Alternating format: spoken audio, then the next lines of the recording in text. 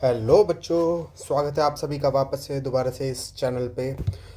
हमने स्टार्ट करी थी बेटा रीनीट की revision series cell the unit of life. ये चैप्टर हम कर रहे थे, एक लेक्चर हमने और ले लिया है इसमें। अब हम बात कर रहे हैं बेटा सेकंड पार्ट की, सेकंड लेक्चर की। तो जो बिना कुछ कोई वक्त गवाए हुए चालू करते हैं ये लेक्चर।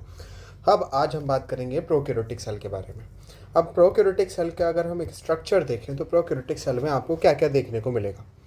तो बेटा सबसे बाहर तो उसकी लेयर्स देखने को मिलती है, एनवलप देखने को मिलता है जो कि 3 लेयर्स से मिलकर बना है, जिसमें सबसे बाहर वाली लेयर जो होती है उसको आप नाम दे सकते हो ग्लाइकोकैलिक्स।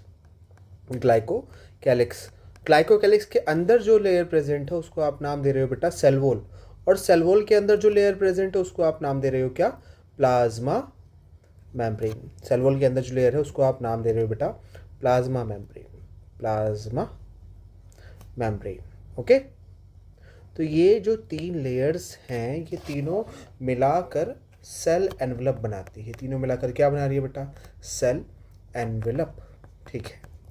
अब कुछ स्ट्रक्चर्स ऐसे होते हैं जो सेल से बाहर की तरफ निकल रहे होते हैं, जैसे कि ये एक दिख रहा है स्ट्रक्चर जो सेल से बाहर की तरफ निकल रहा है। इस स्ट्रक्चर को आप नाम दे रहे हो बेटा फ्लैजिला। फ्लैजिला के अलावा और भी दूसरे स्ट्रक्चर होते हैं, जैसे कि एक ट्यूब जैसा स्ट्रक्चर है जो सेल के बाहर की तरफ निकल रहा है, इसको आप नाम देते हो बेटा पिलाई। और तीसरा स्ट्रक्चर जो सेल के बाहर की तरफ निकल रहा है दैट इज फिम्ब्रिया है।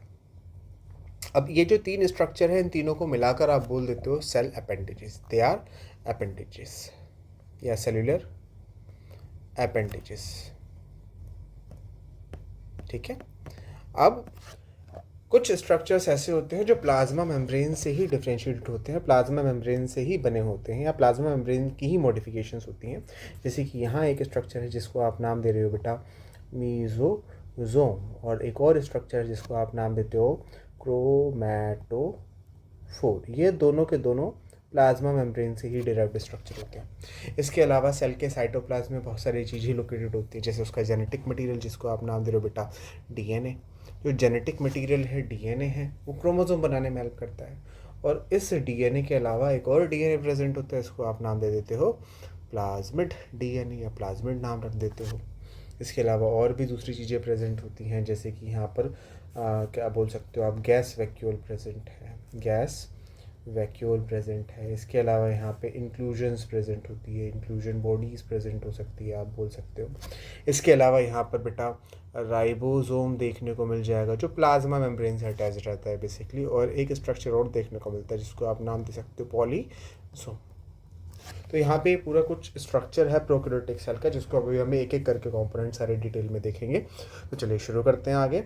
सबसे पहले हम बात करें सबसे आउटर मोस्ट कवरिंग से, जिसको आप कलेक्टिवली तो नाम दे देते हो बेटा सेल एनवलप।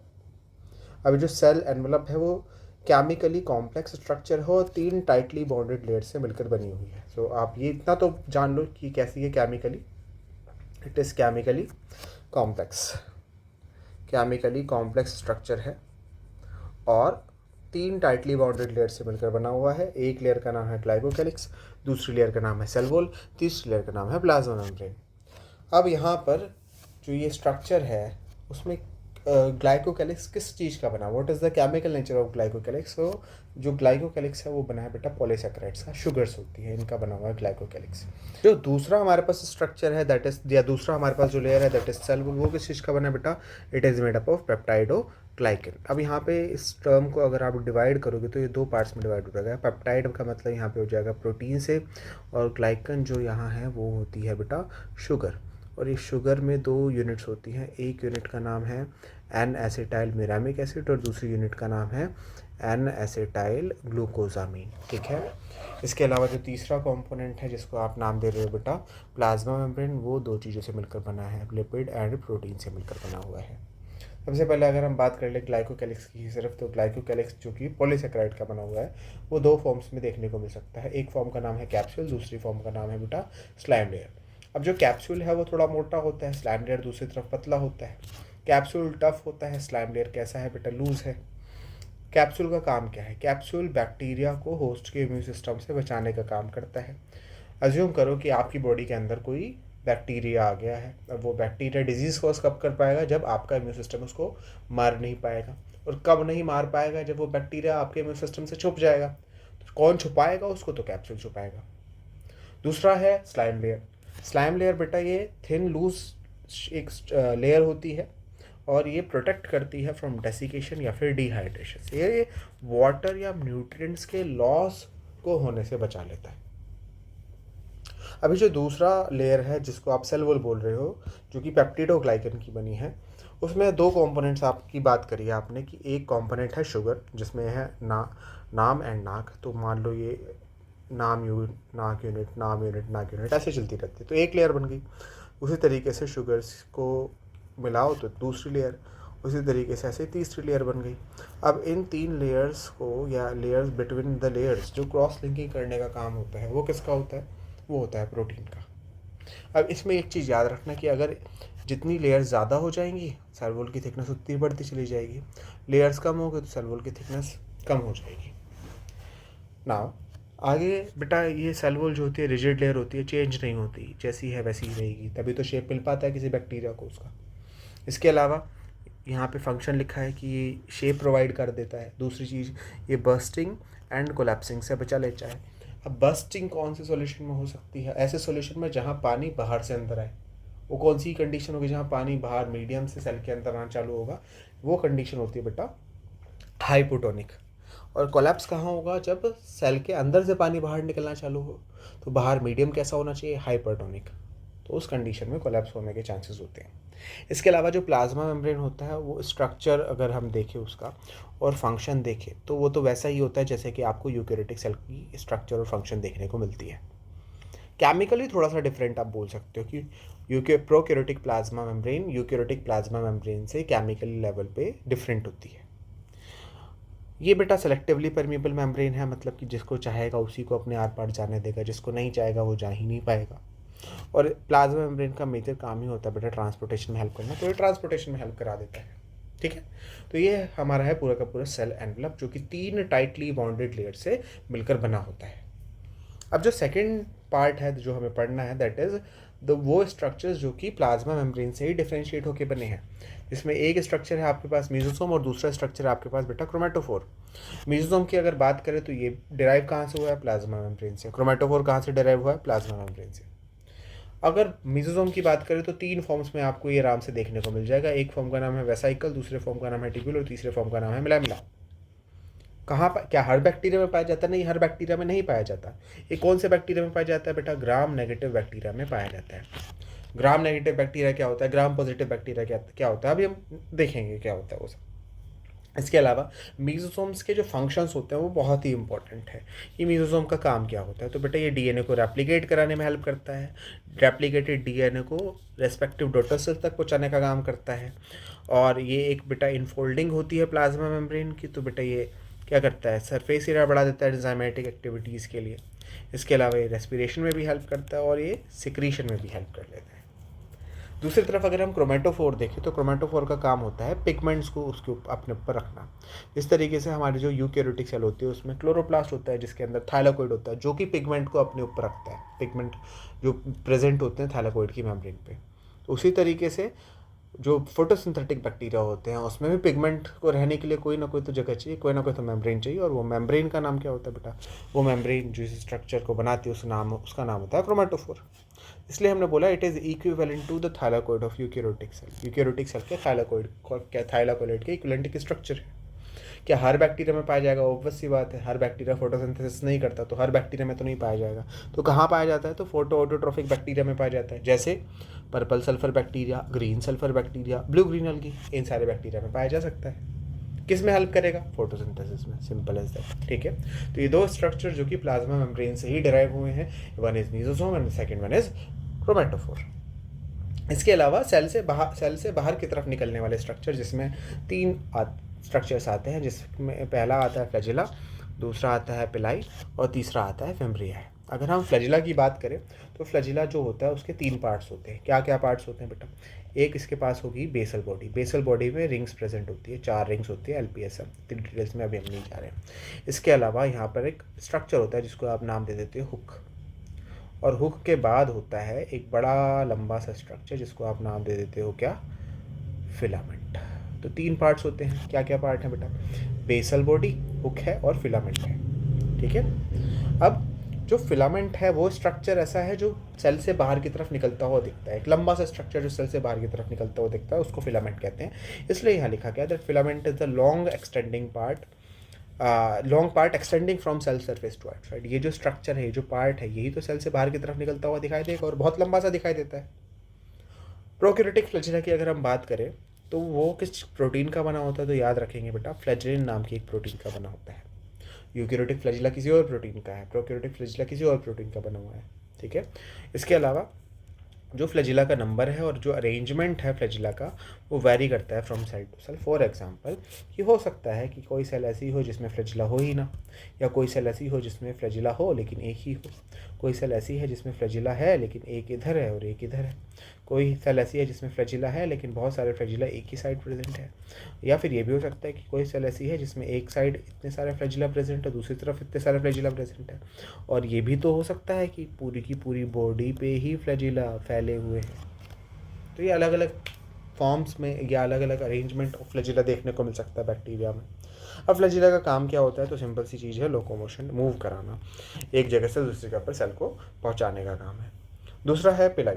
पिलाई क्या होता है, प्लाज्मा मेम्ब्रेन है, नॉट प्लाज्मा मेम्ब्रेन नहीं बोलेंगे, आप एक तरीके से बोल सकते हो कि सेल से बाहर की तरफ ऐसा ट्यूब लाइक होलो स्ट्रक्चर निकल रहा होता है और इसी ट्यूब लाइक होलो स्ट्रक्चर को आप नाम दे देते हो पिलाई। ये जो स्ट्रक्चर निकला है इसको पिलाई बोला है। So it is elongated hollow tubular structure. और किसका बना होता है, तो बेटा एक ट्यूबुलिन प्रोटीन का बना होता है, एक स्पेशल टाइप की ट्यूबुलिन प्रोटीन होती है, उसका नॉट ट्यूबुलिन, रॉन्ग, गलत लिख दिया बेटा यहाँ पर, ये बना होता है पाइलिन प्रोटीन का। It is made up of pilin protein, ठीक है, पाइलिन प्रोटीन का बना होता है, ट्यूबुलिन प्रोटीन का नहीं होता। इसके अलावा इसका काम क्या होता है, तो ये एक पैरासेक्सुअल मोड ऑफ रिप्रोडक्शन में हेल्प करता है बैक्टीरिया में, जिसको आप नाम दे रहे हो conjugation. Next thing is the fimbriae. Fimbriae क्या होती है बेटा, ब्रिस्टल लाइक स्ट्रक्चर्स होते हैं जो कि बाहर, सेल से बाहर की तरफ स्प्राउट हो रहे होते हैं, निकल रहे होते हैं। कि अगर ये सेल है तो सेल से बाहर की तरफ बहुत सारे ऐसे धागे जैसे स्ट्रक्चर्स निकल रहे होते हैं, जिसको आप नाम देते हो फेम्ब्रिया। फेम्ब्रिया का काम क्या होता है, जैसे अगर पेड़ को अपने सबस्ट्रेटम को पकड़ के रखना है तो रूट का यूज़ कर लेता है, तो बैक्टीरिया को भी तो एक टारगेट ऑर्गन होता है, एक टारगेट टिश्यू होती है, उसको पकड़ के रखना है, तो उसको कैसे पकड़ेगा, तो फेम्ब्रिया की हेल्प से। तो फेम्ब्रिया किस में हेल्प करेगा बेटा, ये अटैचमेंट में हेल्प करते हैं विद द सबस्ट्रेटम। सबस्ट्रेटम क्या हो सकता है, रॉक हो सकता है या फिर होस्ट की टिश्यू हो सकती है, ठीक है। तो ये था बेटा सेल अपेंडेजेस, जिसमें आपने पढ़ा कि फ्लैजिला क्या होता है, उसका फंक्शन क्या होता है, पिलाई क्या होती है, उसका फंक्शन क्या होता है, फेम्ब्रिया क्या होती है, उसका फंक्शन क्या होता है। अब अगली चीज़ अगर हम देखें तो हमारे पास नेक्स्ट जो स्ट्रक्चर आता है that is genetic material. Genetic material क्या है भाई, जेनेटिक मटेरियल होता है double stranded circular DNA. Double stranded circular DNA genetic material होता है, ठीक है। अब जो ये जेनेटिक मटेरियल है डबल स्ट्रैंडेड सर्कुलर डीएनए, ये भाई आपकी बॉडी के अंदर अगर हम बात करें ह्यूमन में, तो ह्यूमन में सेल इज यूकैरियोटिक और हमारा डीएनए जो होता है वो लीनियर डीएनए होता है। हमारा डीएनए कैसा है, ऐसा लीनियर डीएनए है। और ये जो डीएनए कितने मीटर का है, तो बेटा ये मीटर होते हैं 2.2 मीटर डीएनए होता है। अगर हम एक इकोलाई सेल की बात करें, एक प्रोकैरियोटिक सेल की बात करें, तो यहाँ पर डीएनए सर्कुलर होता है, डबल स्ट्रैंडेड होता है, लेकिन 1.36 मिलीमीटर का डीएनए होता है। अगर हम यूकैरियोटिक, हम ह्यूमन की बात कर रहे हैं, अगर हम बात कर रहे हैं किसकी, ह्यूमन की, तो उस केस में जो डीएनए है वो कितने मीटर है बेटा, 2.2 मीटर है। और ये 2.2 मीटर डीएनए कंडेंस होता है तो 46 क्रोमोसोम बनते हैं। उसी तरीके से अगर ये 1.36 मिलीमीटर डीएनए कंडेंस होता है तो एक प्रो क्रोमोसोम बनता है। कितना, एक प्रो क्रोमोसोम बनेगा। अब जो डबल स्ट्रैंडेड सर्कुलर डीएनए है उसके साथ कुछ प्रोटीन्स आती हैं जिसको आप नाम देते हो पॉलीअमाइंस। ये पॉलीअमाइंस जो प्रोटीन है ये डीएनए के साथ मिलती है और बनता है एक प्रो क्रोमोसोम। एक प्रो क्रोमोसोम तैयार होता है, ठीक है। अब ये जो प्रो क्रोमोसोम है या डीएनए है वो सेल के, ऐसा नहीं होता कि सेल के साइटोप्लाज्म में फैला हुआ है, वो एक स्पेसिफिक लोकेशन में होता है प्रोकैरियोटिक सेल में। ऑल दो प्रोकैरियोटिक सेल में कोई भी न्यूक्लियर मेम्ब्रेन नहीं है जो कि डीएनए को एक जगह पर कॉन्सेंट्रेट करके रखेगा। उसके बावजूद भी जो डीएनए है वो पूरी की पूरी सेल में फैला नहीं होता, एक स्पेसिफिक लोकेशन पे प्रेजेंट होता है। और उस स्पेसिफिक लोकेशन का ही क्या नाम होता है बेटा, न्यूक्लियोइड। उस स्पेसिफिक लोकेशन को क्या नाम देते हो आप, न्यूक्लियोइड। तो न्यूक्लियोइड क्या है, न्यूक्लियोइड साइटोप्लाज्म की एक ऐसी जगह है जहाँ डीएनए तो है लेकिन उसके आजू बाजू कोई भी न्यूक्लियर मेम्ब्रेन नहीं होती। तो यहाँ लिखा है the part of the cytoplasm where DNA is located but it is not surrounded by a nuclear membrane. Cytoplasm का वो पार्ट जहाँ डीएनए तो है लेकिन उस डीएनए के आजू बाजू कोई भी न्यूक्लियर मेम्ब्रेन नहीं है। इसके अलावा बेटा न्यूक्लियोइड के कुछ और नाम होते हैं, जैसे न्यूक्लियोइड को आप जीनोफोर भी बोल देते हो। इसके अलावा न्यूक्लियोइड को आप और क्या बोल सकते हो, इंसिपिएंट न्यूक्लियस भी बोल सकते हो, इंसिपिएंट न्यूक्लियस भी बोल सकते हो। ठीक है। और दूसरी चीज़ ये कि जो डबल स्ट्रैंडेड सर्कुलर डीएनए ये प्रेजेंट है यहाँ पर जेनेटिक मटेरियल की तरह, ये क्रोमोसोम बनाने में हेल्प करता है। लेकिन कुछ बैक्टीरियल सेल्स के पास एक ऐसा भी डीएनए होता है, एक ऐसा भी डीएनए होता है जो कि क्रोमोसोम बनाने में हेल्प नहीं करेगा, और उस डीएनए को आप नाम दे देते हो प्लाज्मिड। प्लाज्मिड क्या है? एक्स्ट्रा क्रोमोसोमल, क्रोमोसोम बनाने वाले डीएनए के अलावा double stranded circular self replicating जो डीएनए होता है उसी को आप नाम दे देते हो प्लाज्मिड। प्लाज्मिड का फंक्शन क्या है? तो प्लाज्मिड जिस भी बैक्टीरियल सेल में होगा उसमें कुछ ना कुछ एक्स्ट्रा फिनोटाइप देकर जाएगा। आपको पता है बेटा डीएनए जो होती है उसके छोटे छोटे पार्ट्स को जीन बोलते हैं। वो जीन किसी ना किसी पर्टिकुलर फिनोटाइप को एक्सप्रेस कराने के लिए रिस्पॉन्सिबल होती है। तो अगर किसी में प्लाज्मिड प्रेजेंट है इसका मतलब उसमें एक्स्ट्रा डीएनए प्रेजेंट है, और एक्स्ट्रा डीएनए मतलब एक्स्ट्रा जीन का मतलब कुछ ना कुछ एक्स्ट्रा फीचर वो देकर जाएगा ही जाएगा। उस तरीके से हमने एक एग्जांपल लिया है एफ प्लाज्मिड का। F plasmid F for fertility होता है। ठीक है। इसमें एफ फैक्टर प्रेजेंट होता है जिसको फर्टिलिटी इसलिए उसको एफ प्लाज्मिड बोल सकते हैं। ठीक है। अब ये क्यों चाहिए होता है? ये चाहिए होता है फॉर द फॉर्मेशन ऑफ पिलाई। अगर एफ फैक्टर होगा तो पिलाई बनेगी, एफ फैक्टर नहीं होगा तो पिलाई नहीं बनेगी। और ये ज़रूरी नहीं है कि एफ फैक्टर सिर्फ प्लाज्मिड में ही है, एफ फैक्टर उस डीएनए में भी हो सकता है जो क्रोमोसोम बना रहा है। ठीक है। और ये पिलाई बनेगी तभी जाकर कॉन्जुगेशन होगा, और पिलाई नहीं बनेगी तो कॉन्जुगेशन नहीं होगा। आपने अभी थोड़ी देर पहले पढ़ा है कि पिलाई जो होती है वो कॉन्जुगेशन में हेल्प करती है, लेकिन पिलाई बनाने के लिए एफ फैक्टर चाहिए।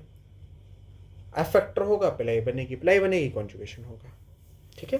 दूसरा आता है आर प्लाज्मिड। आर प्लाज्मिड क्या करता है बेटा? रेजिस्टेंस प्रोवाइड करता है। R is for resistance. किससे रेजिस्टेंस? एंटीबायोटिक्स से। फॉर एग्जाम्पल किसी में कोई ऐसा प्लाज्मिड है जिसके पास एम्फिसिलिन रेजिस्टेंट वाली जीन है। मान लो एक बैक्टीरियल सेल है, इस बैक्टीरियल सेल में ये तो था उसका जीनोमिक डीएनए, ये रहा बेटा उसका प्लाज्मिड डीएनए। ये जो प्लाज्मिड है उसको उस पर मान लो एम्फिसिलिन रेजिस्टेंस वाली जीन है, और दूसरा बैक्टीरिया ऐसा है इसमें ये जेनेटिक मटेरियल, ये बेटा प्लाज्मिड, और इस प्लाज्मिड में एम्फिसिलिन रेजिस्टेंस वाली जीन नहीं है। तो क्या देखने को मिलेगा आपको? आप इसको एम्फिसिलिन दोगे और इसको एम्फिसिलिन दोगे तो बिकॉज इस बैक्टीरिया के पास, हमारे पास जो केस 1 वाला बैक्टीरिया उसके पास एम्फिसिलिन रेजिस्टेंस जीन है, तो ये सर्वाइव करेगा, ये मरेगा नहीं। लेकिन दूसरी तरफ जो हमारा दूसरा बैक्टीरिया है उसके पास तो एम्फिसिलिन रेजिस्टेंस वाली जीन ही नहीं है, तो ये क्या हो जाएगा? इस बैक्टीरिया को मरना पड़ेगा। ठीक है। तो प्लाज्मिड बेसिकली एक्स्ट्रा क्रोमोसोम, जो डीएनए क्रोमोसोम नहीं बना रहा बैक्टीरियल सेल के अंदर, वो डीएनए हम बोल सकते हैं इट इज़ प्लाज्मिड। लेकिन उसके कुछ फीचर्स होते हैं कि वो सर्कुलर होना चाहिए, डबल स्ट्रैंडेड होना चाहिए, सेल्फ रेप्लिकेटिंग होना चाहिए। ठीक है। और जब प्लाज्मिड होगा तो कुछ एक्स्ट्रा जीन्स आएंगे, कुछ एक्स्ट्रा जीन्स की वजह से कुछ एक्स्ट्रा फिनोटाइप हमेशा आएगा। 2 एग्जाम्पल आपको बताया, F plasmid and R plasmid वाला। इसके बाद अगर हम बात करें तो राइबोसोम होता है, पॉलीराइबोसोम होता है। राइबोसोम बेटा 15 to 20 नैनोमीटर होता है साइज़ में। ये डेटा आपको याद रखना है। कहाँ है बेटा? प्लाज्मा मेम्ब्रेन के साथ एसोसिएटेड रहता है। कितनी यूनिट्स होती है? 2 सब यूनिट्स। एक लार्ज सब यूनिट जिसको जो कि होती है बेटा 50s, एक स्मॉल सब यूनिट होती है जिसको आप बोलते हो 30s। राइबोसोम वही साइट है जहाँ पर क्या होता है बेटा? प्रोटीन का सिंथेसिस होता है, प्रोटीन ही बनती है। अब इसके अलावा सेकेंड स्ट्रक्चर जो आपके पास होता है दैट इज़ पॉलीसोम। पॉलीसोम क्या है? पॉलीसोम को पॉलीराइबोसोम या इसको अर्गोसोम भी बोला जाता है, पुराना नाम इसका था अर्गोसोम या पॉलीराइबोसोम भी बोल सकते हो आप इसको। देखो आपने सेंट्रल डोगमा ऑफ बायोलॉजी पढ़ा है, वो सेंट्रल डोगमा ऑफ बायोलॉजी क्या बताता है कि डीएनए से क्या बनेगा बेटा? आरएनए बनेगा, और आरएनए से क्या बनेगा? प्रोटीन बनेगा। ठीक है।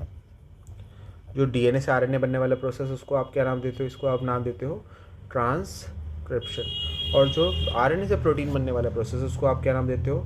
इसको आप नाम देते हो ट्रांसलेशन। ठीक है। तो मान लो आपके पास एक आरएनए है। अब ये आरएनए अकेला तो प्रोटीन नहीं बनाएगा ना, इसके ऊपर बहुत सारे राइबोसोम्स आकर बाइंड होने लगते हैं।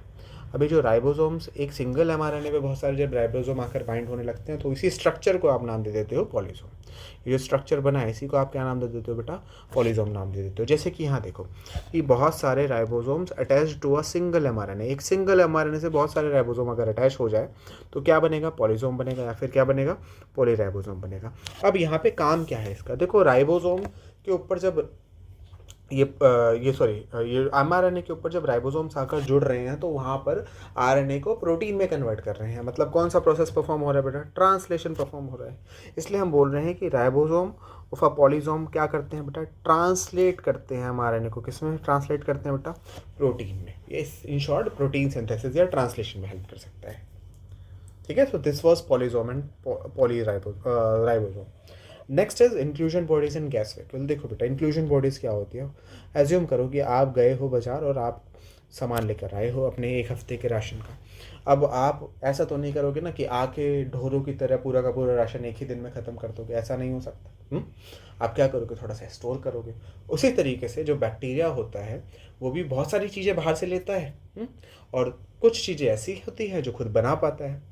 अब सारा का सारा माल एक ही बारी में यूटिलाइज कर लेगा तो उसके पास तो बचेगा नहीं ना इमरजेंसी के लिए, तो वो कुछ स्टोर करके रखेगा। उन्हीं स्टोर्ड रिजर्व्स को आप क्या नाम दे देते हो बेटा, उन्हीं स्टोर्ड रिजर्व्स को आप नाम दे देते हो inclusion body. So these are reserve materials stored in the cytoplasm of the prokaryotic cell.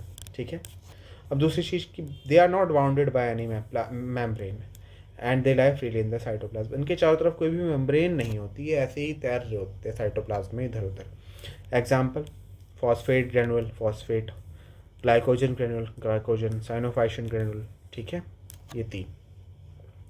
उसके बाद एक और स्ट्रक्चर जो कि आता है बेटा आपके पास, दैट इज गैस वैक्यूल। जो गैस वैक्यूल होता है वो क्या है, साइटोप्लाज्म में एक खाली जगह है और उस खाली जगह को सराउंड कर रखा है एक नॉन यूनिट मेम्ब्रेन ने। अब नॉन यूनिट मेम्ब्रेन किस बला का नाम है, एक ऐसी मेम्ब्रेन जिसमें एक ट्रू मेम्ब्रेन वाले सारे कंपोनेंट्स ना हो, उसको आप नॉन यूनिट मेम्ब्रेन बोल सकते हो। जैसे एक ट्रू मेम्ब्रेन में प्रोटीन होता है, लिपिड होता है, कार्बोहाइड्रेट्स वगैरह होती है, लेकिन एक नॉन यूनिट मेम्ब्रेन जो होती है एंटायरली प्रोटीन की बनी होती है। और ऐसा नहीं है कि स्पेस है तो वो एम्प्टी स्पेस होगा, वैक्यूम होगा, वहाँ पे गैसेस फील्ड होंगी, इसलिए उसको क्या बोल दोगे, गैस वैक्यूल बोल दोगे। इसका काम क्या होता है बेटा, बियॉन्सी या फ्लोट कराने में हेल्प कराना सेल को। कहाँ देखने को मिलता है, जितने फोटोसिंथेटिक बैक्टीरिया होंगे, जितने एक्वाटिक फोटोसिंथेटिक बैक्टीरिया होंगे वहाँ पर देखने को मिलेगा, जैसे कि साइनोबैक्टीरिया में, पर्पल सल्फर बैक्टीरिया में, और कहाँ देखने को मिलता है बेटा, ये ग्रीन सल्फर बैक्टीरिया में। तो इन बैक्टीरिया में ये देखने को मिलेगा। ऑब्वियस ही बात है, जो एक्वाटिक बैक्टीरिया हैं पानी कुछ ही मीटर्स तक या कुछ ही डेप्थ तक पेनिट्रेट कर पाता है वाटर को, सॉरी लाइट कुछ ही मीटर्स तक पेनिट्रेट कर पाती है वाटर को, उसके बाद तो अंधेरा ही हो जाता है। अब अंधेरे में तो बैक्टीरिया फोटोसिंथेसिस नहीं करेगा, तो अगर ये बैक्टीरिया पानी में है और नीचे डूब गया तो फोटोसिंथेसिस तो नहीं कर पाएगा, तो डूब के तो नहीं मरेगा, लेकिन बिना फोटोसिंथेसिस बिना खाने के तो मर जाएगा, है ना। तो इसलिए क्या करना होता है, इसको फ्लोट करना पड़ता है, ऊपर आना पड़ता है। फ्लोट कराने में कौन हेल्प कर देता है बेटा, गैस वैक्यूल हेल्प कर देती है। उसके बाद हम एक प्रोसेस के बारे में जानना चाह रहे हैं जिसको आप नाम देते हो ग्राम स्टेनिंग। ग्राम स्टेनिंग जो है वो एक साइंटिस्ट ने डेवलप करी थी जिसका नाम था क्रिश्चियन ग्राम। ये एक ऐसी टेक्निक है जिसको यूज़ करके आप बैक्टीरिया को एक दूसरे से डिफ्रेंशिएट कर सकते हो। एक दो कैटेगरीज बना सकते हो बैक्टीरिया की, एक को आप ग्राम पॉजिटिव बैक्टीरिया बोल सकते हो, एक को ग्राम नेगेटिव बैक्टीरिया बोल सकते हो। तो यहाँ पे करना क्या होता है, आपने क्या करना है बेटा, एक ग्लास स्लाइड ली है, ग्लास स्लाइड पे बैक्टीरिया डाला है और उसको स्मीयर करती है। स्मीयर करने का मतलब होता है फैला देना। फैला देने के बाद आपने हीट फिक्स कर लिया, उसको बर्नर पे थोड़ी देर रखा, हटाया, तो क्या होता है कि लिक्विड जो होता है, जो वेट पार्ट होता है वो रिलीज़ हो जाता है और वो जो बैक्टीरियल सेल्स हैं वो जो स्लाइड होती है उस पर चिपक जाते हैं। उसके बाद उसको हम डालते हैं क्रिस्टल वॉलेट में, जिसको आप एक और नाम से जानते हो, इसको आप ग्राम स्टेन के नाम से जानते हो। इसका कलर क्या है बेटा, ये होती है वायलेट कलर की, नाम में ही है। उसके बाद आप क्या करोगे, वाटर में रिंस करोगे थोड़ा सा ताकि एक्सेस स्टेन रिमूव हो जाए। उसके बाद एक डीकलराइजिंग एजेंट में डालोगे जिसका नाम होता है एसीटोन या इथेनॉल। इसका काम क्या होता है, ये पकड़ के निकाल के लेके आता है। इससे पहले एक और स्टेप होता है बेटा, पोटेशियम आयोडाइड में डालने वाला। ठीक है, पोटेशियम आयोडाइड में डालते हो ताकि स्टेन अंदर जाकर फिक्स हो जाए, एक तरीके से आप बोल सकते हो। उसके बाद आप एसीटोन में डालते हो। एसीटोन या इथेनॉल में डालने की वजह से स्टेन धीरे धीरे निकलना चालू होता है। उसके बाद कुछ बैक्टीरिया ऐसे होते हैं जो पूरा का पूरा स्टेन रिलीज कर देते हैं, कुछ बैक्टीरिया ऐसे होते हैं जिसमें थोड़ा सा स्टेन बचा रह जाता है। अब जो बैक्टीरिया पूरा का पूरा स्टेन रिलीज कर चुके हैं उन बैक्टीरिया को तो आप देख ही नहीं पाओगे, तो उनको देखने के लिए आपको एक और स्टेन का यूज़ करना पड़ता है, काउंटर स्टेन का यूज़ करना पड़ता है जिसका नाम है सेफ्रेनिन। और सेफ्रेनिन में डालने के बाद आप दोबारा से रिंस करोगे ताकि एक्सेस जो स्टेन है, एक्सेस सेफ्रेनिन जो है वो रिलीज हो जाए। उसके बाद उसको आप ऑब्जर्व करते हो एक माइक्रोस्कोप के नीचे। तो फिर जब ऑब्जर्व करोगे तो आपको देखने को मिलेगा कि कुछ बैक्टीरिया जो हैं वो वॉयलेट कलर के आए हैं और कुछ बैक्टीरिया जो हैं पिंक या फिर बोल सकते हो रेडिश कलर के आए हैं। जो बैक्टीरिया वॉयलेट कलर के आए थे उनको आपने बोलिया ग्राम पॉजिटिव, और जो बैक्टीरिया रेड या फिर पिंक किश कलर के आए थे उनको आपने नाम दे दिया ग्राम नेगेटिव बैक्टीरिया। ऐसा क्यों बोला? क्योंकि जो वॉयलेट कलर के आए हैं उन्होंने ग्राम जो क्रिस्टल वॉलेट है उसको रिटेन करके रखा है, और जो पिंक कलर के आए हैं उन्होंने अपना सारा का सारा क्रिस्टल वॉलेट क्या किया था, रिलीज़ कर दिया था। तो यहाँ पे सेकंड पॉइंट ये है कि क्रिस्टल वॉलेट या ग्राम स्टेन को इन्होंने क्या करा, रिटेन करा, लेकिन ग्राम नेगेटिव बैक्टीरिया में सारा का सारा क्या कर दिया, रिलीज़ कर दिया। रीज़न सिंपल सा था, ग्राम पॉजिटिव बैक्टीरिया की जो सेल वॉल है वो थिक है और ग्राम नेगेटिव बैक्टीरिया की जो सेल वॉल है वो थिन है। तो ये कुछ डिफरेंसेस है जो आपको याद रखने हैं gram positive and gram negative bacteria के बीच में। ग्राम पॉजिटिव बैक्टीरिया स्टेन को रिटेन रखता है, ग्राम नेगेटिव नहीं रख पाता। उसके पीछे का रीज़न होता है सेल वॉल की थिकनेस। सेल वॉल थिक होगी तो उसको सारा का सारा स्टेन रिमूव करने में बहुत ज़्यादा टाइम लगेगा, लेकिन सेल वॉल थिन होगी तो उसको सारा का सारा स्टेन रिमूव करने में कम टाइम लगेगा। आपने एक पर्टिकुलर दोनों सेल्स को एक पर्टिकुलर टाइम ड्यूरेशन के लिए रखा है, सेम टाइम ड्यूरेशन के लिए रखा है, तो जितने टाइम ड्यूरेशन में के लिए रखा है उतने में ग्राम नेगेटिव वाले में से सारा निकल जाता है, ग्राम पॉजिटिव वाले में बचा रह जाता है। तो इसलिए ग्राम पॉजिटिव बोल दिया और ग्राम नेगेटिव बोल दिया रेस्पेक्टिवली। ठीक है, इसी के साथ बेटा हमारा ये जो सेकंड पार्ट है इस सीरीज़ का, इस चैप्टर का, वो हम यहाँ पे समाप्त करते हैं। आई होप आपको समझ में आया होगा बेटा। अगर समझ में आया हो तो प्लीज़ लाइक शेयर सब्सक्राइब ज़रूर करना, एंड मिलते हैं आपसे नेक्स्ट लेक्चर में। Thank you.